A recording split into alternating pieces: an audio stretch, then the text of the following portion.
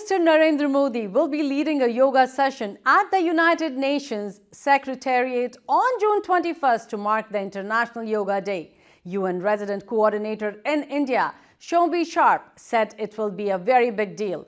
Interacting with the press on the sidelines of a seminar held in New Delhi to mark 75 years of the United Nations peacekeeping, he also said since 2015, the world has truly embraced International Yoga Day. Yoga is about staying fit and staying comfy, and International Yoga Day has struck a resonance with the international community, Sharp said. Honorable Prime Minister will be leading this session of yoga at the UN, at the United Nations, at the Secretariat on the 21st of June. I think it will really be a very, very big deal. International Yoga Day, which came into force, I believe, in 2015, was supported by 175 countries very, very quickly. What an important and joyful day that is when we look at the international calendar. India's role has been absolutely central. As you mentioned, India has been the largest supporter, provided the most peacekeeping troops since the beginning. Over 275,000 troops, I believe, and remains one of the largest today. India has been behind many of the milestones of UN peacekeeping as well.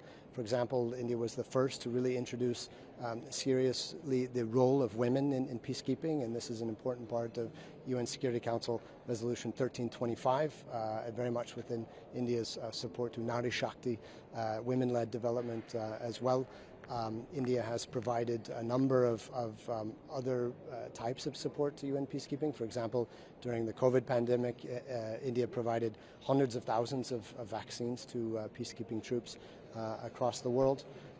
India is supporting the ability of peacekeeping troops to remain ahead of the curve in terms of changes in the natures of threats and technologies through the Peacekeeping Center, the Center for UN Peacekeeping, CUNPK, as well.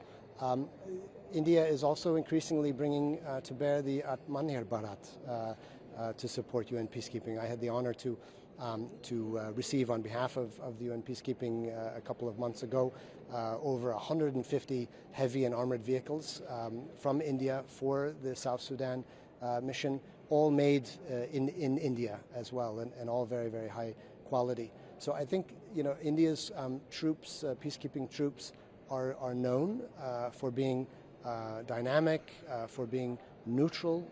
India brings a particularly unique geopolitical positioning in the world, and communities in conflict recognize that India brings a certain special neutrality that many countries don't have as well. And India is also bringing support in many other ways. The peacekeeping troops that India deploys are also helping communities in despair in the areas they serve with building resilience to disaster risk, supporting, providing veterinary services, helping them improve their livelihoods in the rural communities, providing solar power for municipalities as well who are not connected to electricity grids, and many, many other types and forms of support.